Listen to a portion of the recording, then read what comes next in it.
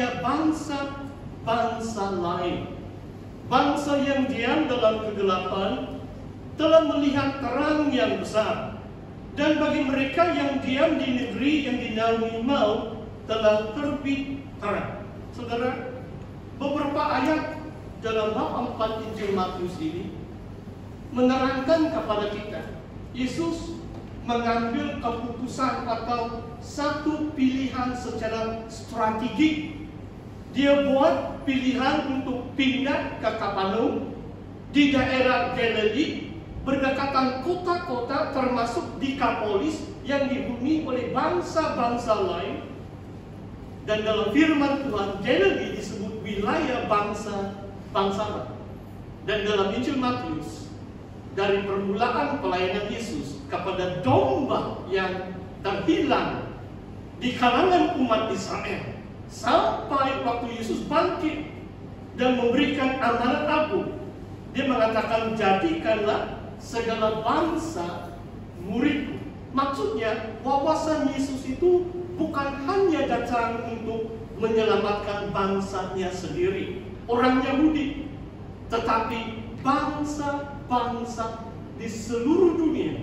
Dan tema Krismas kita dalam ayat Lukas bab 2 ayat 32 mengatakan, bayi Yesus itu Tuhan perhadapkan di hadapan segala bangsa.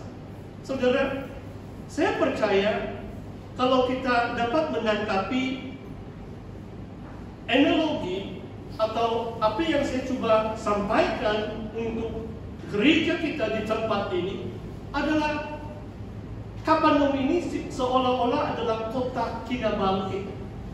Sebab kota Kinabalu ini merupakan tempat yang dihuni oleh bangsa-bangsa. Bukan hanya satu bangsa. Nanti saya ada satu statistik, saya mau tuliskan. Perhatikan dalam statistik sini. Wah, kali ini mungkin burung elang 2 kali ganda pun susah kamu lihat. Kalau boleh dibesarkan, ini perangkaan atau statistik yang saya ambil dari internet. Dan bancian kita sebenarnya 2020, kerajaan sedang melakukan sensus, cuma karena COVID-19 mungkin kena tunda sampai tahun ini. Dan saya minta maaf lagi sebab belum lagi isi itu orang bancian. Harus kamu isi. Perhatikan saudara. Inilah kumpulan bangsa, race, atau kumpulan etnik di kota Kinabalu. Wah, Chinese, mungkin saya mau sebut peratusannya saja. Saya rasa tidak jauh beza. Mungkin kalau bangsa Cina sudah menurun sedikit, sebab bangsa Cina ini tidak begitu ramai anak, dan kalau ada anak pun sudah migrate. Saudara tahu migrate? Sebab ini sudah lebih 10 tahun yang lalu. Saya pernah khotbah di gereja Baptis, First Baptist Church di Subang Jaya, 2 ahad berturut-turut. Dan saya masih ingat beberapa jemaah beritahu kepada saya, hampir semua anak-anak kami, kalau mereka graduate di negara asing, mereka belajar, mereka memohon penetap, mereka tidak balik di Malaysia. Dan saya khotbah yang minggu yang kedua, saya bilang, jangan kamu lupa negara Malaysia. Kalau kamu belajar negara asing pun, kamu kembali untuk berbakti, untuk berjasa bagi negeri dan negaramu. Saudara, perhatikan, mungkin terpaksa juga mau alih sedikit supaya kamu tahu, kasih kecil sedikit.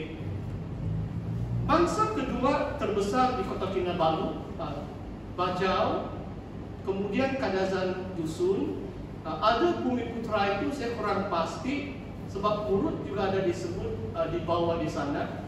Mungkin bangsa Melayu, Lundaya dan lain-lain tidak kena sebut di situ. Minta maaf, ini saya ambil sejak dari perangkaan dari internet. Dan Brunei Malaysia. Nampaknya banyak juga yang macam bangsa Melayu dari Brunei yang menetap di kota Kinabalu. Dan perhatikan perangkaan yang terakhir, non-Malaysian. Itu adalah satu kumpulan yang paling besar.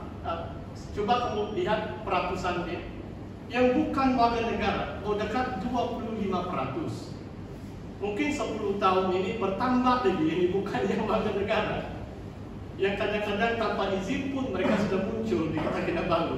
Mungkin saudara memahami maksud saya. Saudara, inilah kita yang berada di Kota Kinabalu.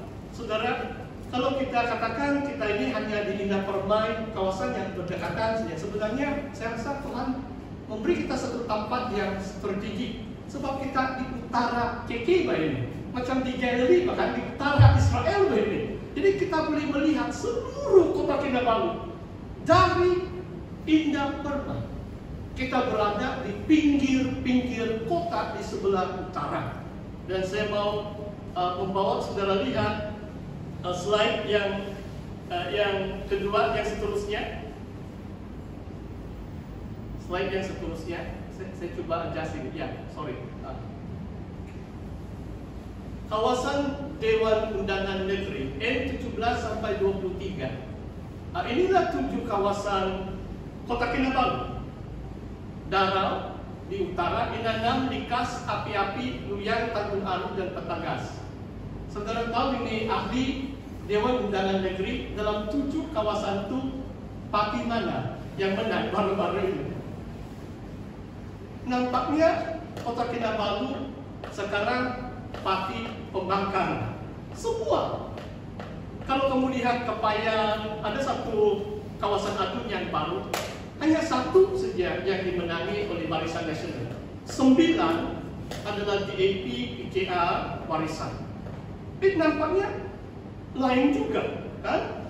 Kawasan Kota Kinabalu semua pembangkang, tapi kerajaan dia lain. Itulah maksudnya dalam ayat yang pertama tadi, usahakanlah kesejahteraan kotamu dan berdoalah. Berdoalah. Saudara, kenapa saudara? Sebab kalau adu kita bukan parti pemerintah, kadang-kadang lain sedikit. Itu adu mau buat sesuatu, sebab kuasa itu terletak dalam kerajaan barat.